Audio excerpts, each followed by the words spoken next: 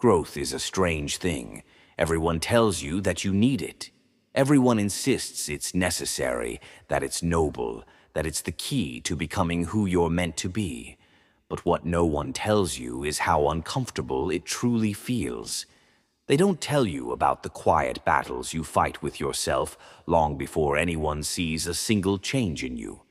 They don't tell you about the invisible fear that grips your chest the moment you try to step into something unfamiliar.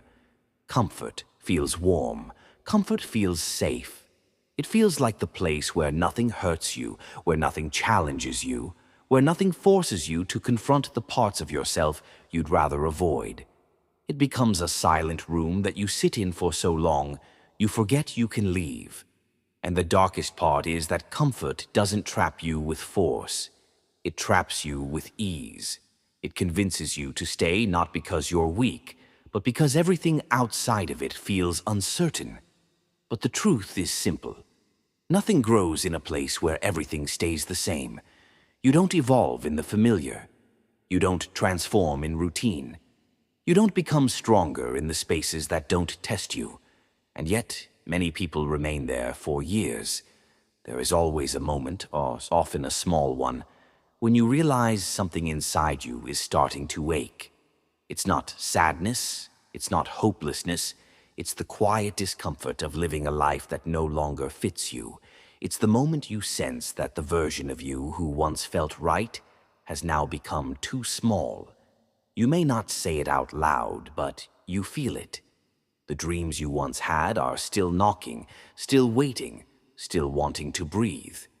You scroll through your phone, watching people change, grow, evolve. And a part of you whispers, "When is it my turn?" You feel a pull, a subtle one, telling you that you were meant for more than this cycle of comfort that's slowly numbing your potential. But standing up from comfort and walking toward change is not easy. The very first thing you meet is fear, not the dramatic, loud kind, the quiet, logical kind.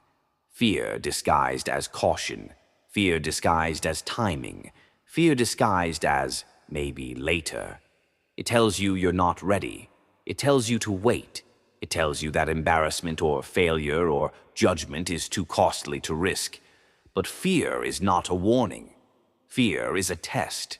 Fear is the guardian at the border of your comfort zone, asking you one question: how badly do you want to grow? It's in that moment that courage becomes more important than confidence, because confidence does not come before action. It is built through action. You don't feel ready and then step forward. You step forward and then feel ready. The first step outside your comfort zone is the hardest one you'll ever take. It doesn't feel noble. It doesn't feel inspiring. It feels terrifying. Your heart races. Your mind imagines every possible failure, and every cell in your body tries to pull you back to safety. That panic isn't a sign that you're doing the wrong thing. It's a sign that you are touching the boundary of the familiar for the first time. And that boundary is supposed to feel uncomfortable. It's supposed to scare you. It's supposed to shake you. Because the moment you take that first step, you are no longer who you were, and your old identity will fight to survive. But then something happens. You step forward anyway, and nothing bad happens. You don't fall apart. You don't lose yourself. You don't break. You survive. And in that survival, a flicker of belief begins. A quiet, powerful voice whispers, "Maybe I can do this." That tiny spark is the beginning of transformation. What no one tells you is that after the first step, things don't suddenly get easy. You enter the middle, the place where everything feels uncertain. You have left your comfort zone behind, but you haven't yet reached the version of yourself you're trying to become. You're floating between identities, between worlds, between levels of yourself. And this in-between space is where most people quit, because the middle is messy. It's where you doubt yourself. It's where you question your progress. It's where the old you begs to return, and the new you feels too far away. The middle is the part people don't post on social media. It's the late nights where you wonder if you made a mistake. It's the mornings when your progress feels invisible. It's the days when nothing changes except your ability to keep going despite the discomfort. But this middle, this difficult, confusing, overwhelming space is the birthplace of growth. This is where your old habits crack and new ones begin forming. This is where your limits stretch.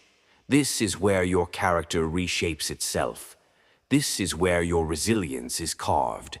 Growth is not a loud explosion. It is a slow unfolding, a daily choice, a quiet persistence, a willingness to step into discomfort again and again until discomfort becomes familiarity and the unfamiliar becomes home.